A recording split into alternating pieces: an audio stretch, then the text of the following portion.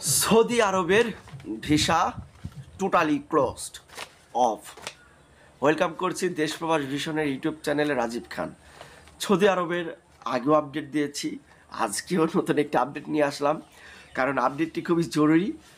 দর্শক, আমি প্রথমেই ক্ষমা চেয়ে নিচ্ছি। পূর্ববর্তী ভিডিওতে আমি ক্ষমা চেয়েছি, এখনও বলছি যে চায়না এবং মালয়েশিয়া ভিজিটের কারণে আমি আসলে ভিডিও দিতে পারিনি 20 থেকে 25 দিন প্রায় অলমোস্ট।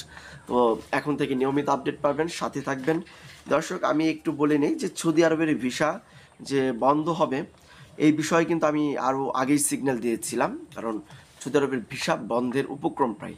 তবে এখন কোন পর্যায়ে বন্ধ হয়েছে, অনেকে ভাবছেন যে এত ঢালাওভাবে সৌদি যাচ্ছিলেন, নাম নিলেই সৌদির ভিসা, তাহলে সৌদির ভিসা বন্ধ হলো, বা যারা সৌদির ভিসা পেয়েছেন তারা কি সৌদি আরবে গমন করতে পারবেন কিনা, এবং যারা সৌদি আরব মানে যেতে চান তারা কিভাবে যাবেন, আলটিমেটলি কতদিন থাকবে এই নিষেধাজ্ঞা, এই সমস্ত বিষয়বস্তু নিয়ে আজকের এই পুরো ভিডিওর আয়োজন।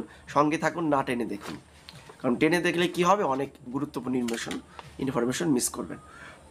দর্শক, বাংলাদেশের জন্য কিছুদিন আগে আমি একটি ভিডিও নির্মাণ করেছিলাম, যে ভিডিওতে বলেছিলাম বাংলাদেশ সহ 14টি দেশের জন্য সৌদি আরবের কিছু ধরনের ভিসা বন্ধ হয়ে গেছে। কিছুদিন আগে কিন্তু আমি বলেছিলাম, কিন্তু এখন কাজের ভিসাটাও মানে বন্ধ হয়ে গেছে, এরকম একটা আপডেট এসেছে।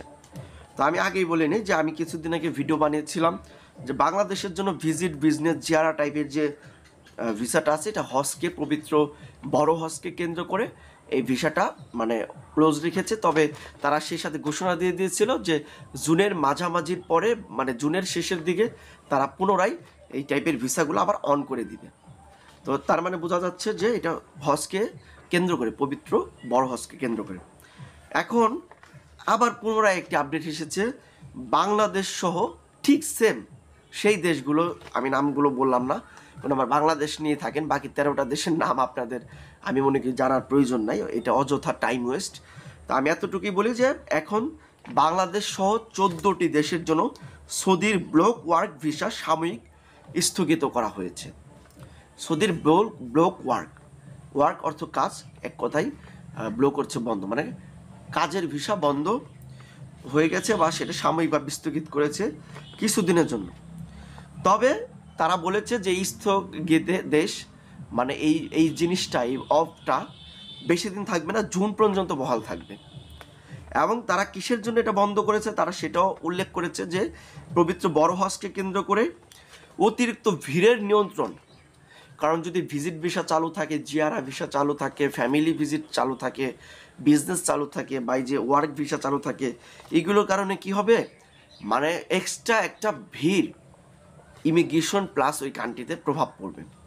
এতে করে কি হবে, মানে ওই দেশের সরকারের পক্ষে চাপটা সামলানো একটা কষ্টকর হবে।